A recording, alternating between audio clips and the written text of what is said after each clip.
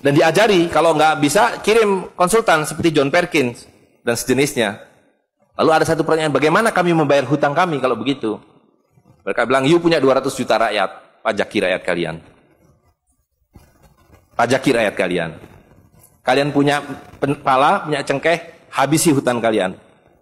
Karena you membayar hutang, kalau kita hutang 5 miliar dolar setiap tahun, apa mereka kasih berkoper-koper dolar?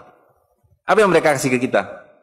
Mereka hanya mengetik di komputer, 5 miliar dolar, ting, masuk ke Bank Indonesia. Nanti Bank Indonesia tinggal kirim ting ke Bappenas, Bappenas ting ke departemen-departemen itu. Tapi ketika kita mau membayar hutang mereka, bisa kita mengetik di komputer 5 miliar dolar, ting, dibayarkan ke Bank Dunia? Nggak bisa, you mesti punya devisa. Dari mana kamu punya devisa? You mesti beli dolar kami. Caranya tebang hutan kalian, habisi boksit kalian, habisi mineral kalian. Betul nggak? Nah, jadi itulah yang terjadi di dalam sistem Fir'aun sekarang ini, bahwa pemerintah itu didesain hanya untuk mengambil hutang dari bank, menghabiskan melalui APBN dan proyek, kemudian memajaki rakyat. Karena itu pajak semakin hari semakin tinggi, semakin banyak, semakin tinggi, semakin banyak. Gitu. Nah, jadi kalau digambarkan seperti ini, ya kan? Wilayah domestik nasional itu adalah demokrasi. Supaya kalau 5 tahun harus ganti. Kalau ada presiden, ada perdana menteri yang tidak nurut pada para bankir, out. Tapi para bankir tidak pernah berganti, mereka turun-temurun, perusahaan swasta, anak beranak pinak. Ini kira-kira hanya 400 keluarga di dunia ini yang menguasai seluruh sistem keuangan dan politik. Jadi kita ini sekarang utangnya tiba-tiba sudah 2.100 triliun. Padahal tahun waktu Pak Harto jatuh itu utangnya hanya berapa? 50 miliar dolar, 500 triliun.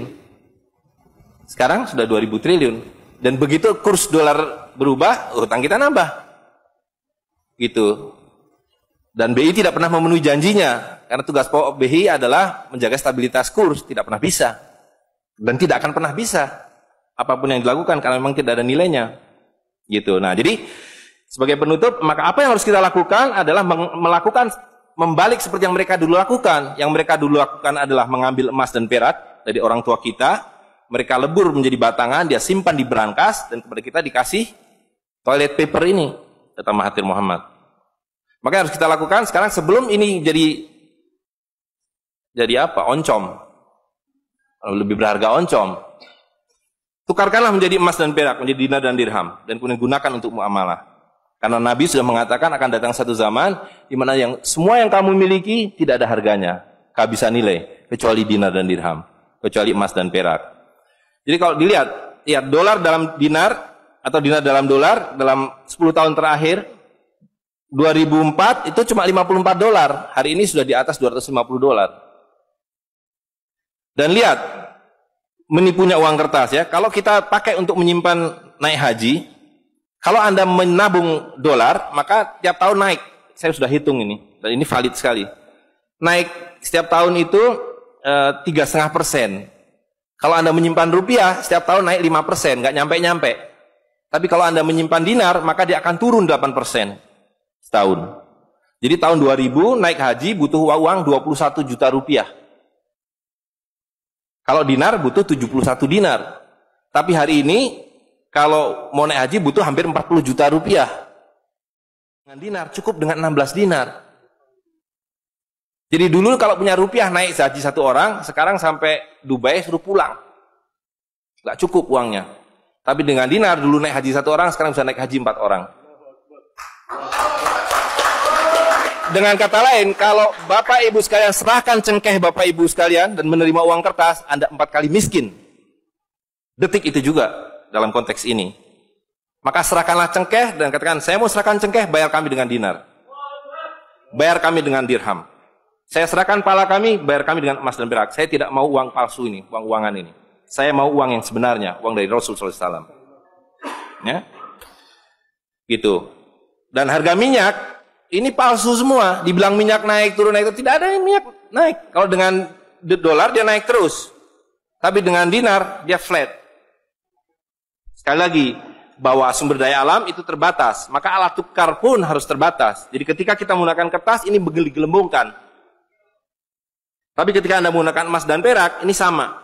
Maka sekali dia punya alat tukar, nilai tukarnya dari zaman Rasulullah SAW seekor kambing, hari ini 1 dinar dapat seekor kambing. Zaman Nabi dapat seekor ayam 1 dirham, hari ini dapat seekor ayam. Tidak ada yang berubah. Sekali lagi pemiskinan itu adalah dibikin oleh sistem.